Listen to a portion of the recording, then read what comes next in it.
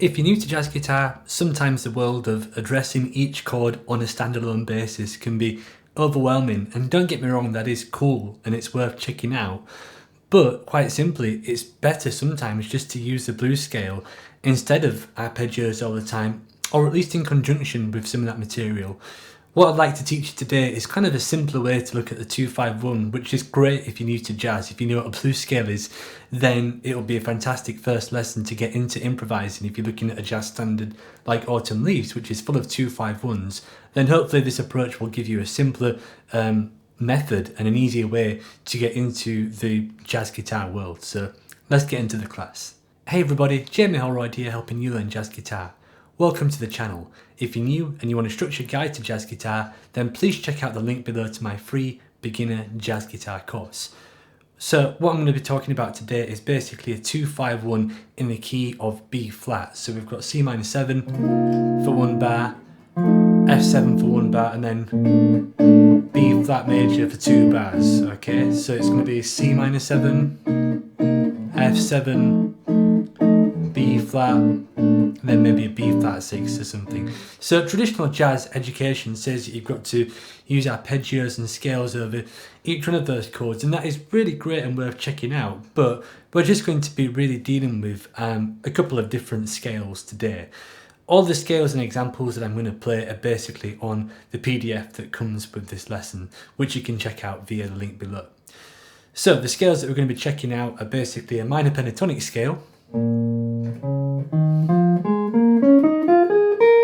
Using that scale, we're going to be using a blues scale. And we're also going to be using a major pentatonic, really, which is kind of, you know, the more theoretically correct scale to use in a major 2-5-1 because it comes from a blues scale. So that would be the root, second, third, fifth, sixth. Okay. Now, the blues scale, in my opinion, is quite a loose term. Blues really is about language, and if you're a guitar player, you've probably got a lot of blues language already. You're probably just playing it with more of a rock or a blues feel, and you need to maybe adapt some of those phrases to sound a little bit more jazzy. So a few kind of ad hoc tips would be, if you normally bend to a certain note, try sliding. And that can give you kind of more of a jazzy sound rather than using bends all the time. Another one is to basically, whenever you're kind of playing, to play with a light touch rather than a heavy touch. If you're always digging in, try to loosen the attack of your right hand to get a nice soft sound. And that sometimes is more representative as to what a traditional jazz guitar player might play. So I've written out a couple of phrases here, and really kind of the key to why these phrases work, in my opinion, is basically understanding the tension that can be kind of used within the blues scale. So, for example, on this first phrase, all we really have is a descending scale, a minor pentatonic over an F7, but we're kind of resolving to the third of the B flat major chord, right? So over the 5 chord, you could play a minor pentatonic, but then if you resolve to D, which is the third of B flat major, then it can sound much more jazzy. So this specific phrase, which I've notated out just to give you that example, and I keep glancing because I've written these phrases out, it basically sounds like this. So they've basically got minor pentatonic into major pentatonic, really. So that is phrase 1.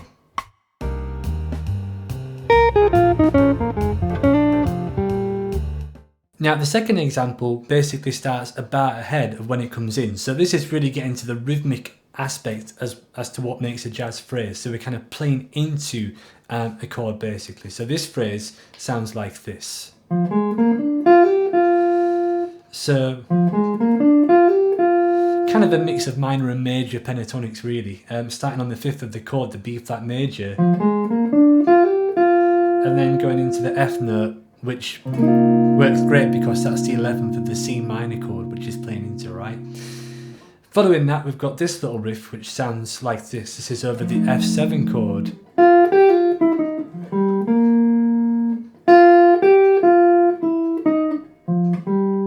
And this is kind of a nod to Blue Monk. It sounds a little bit like a jazz blues theme called Blue Monk at that point in the song, in the last 4 bars.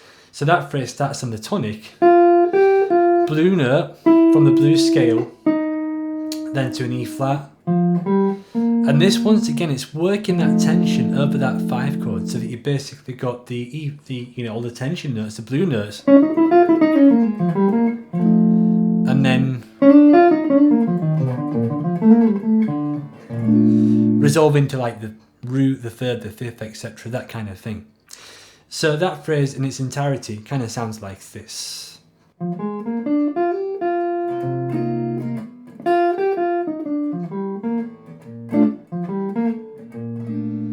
Okay, just throwing in the chords there just to kind of fill out the sound. Now the very last one, I've basically called this Burke's Works because, sorry, I think is it Bird's Works or Burke's Works? It's one of those two. It's another jazz blues theme, and a lot of these jazz blues themes have great jazz blues language that you can apply over 2 5s, and this basically sounds like that particular theme. So this once again starts on a pickup. Once again, this is all about rhythm as well, making sure you start some of the phrases on the end of the beat and making sure that they really swing and they really feel good to play. Anyway, the phrase itself sounds like this.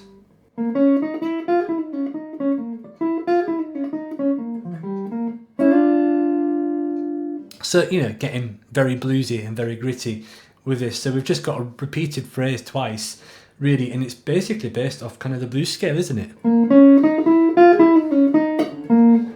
That's over C minor, and the same phrase over F7. And then going from, once again, using those major pentatonic notes, 6th to tonic over the 1 chord, and then getting a bit of a kind of bluesy slide in there as well to finish up. So if you're new to jazz, then check this sound out, put a 2-5-1 on and try and use the blues scale to create tension over a 5 chord and resolve to the guide tones over a 1 chord and see what you think. I hope this helps you out. If you did find this video useful, please subscribe to this channel and give this video a like to help support the channel.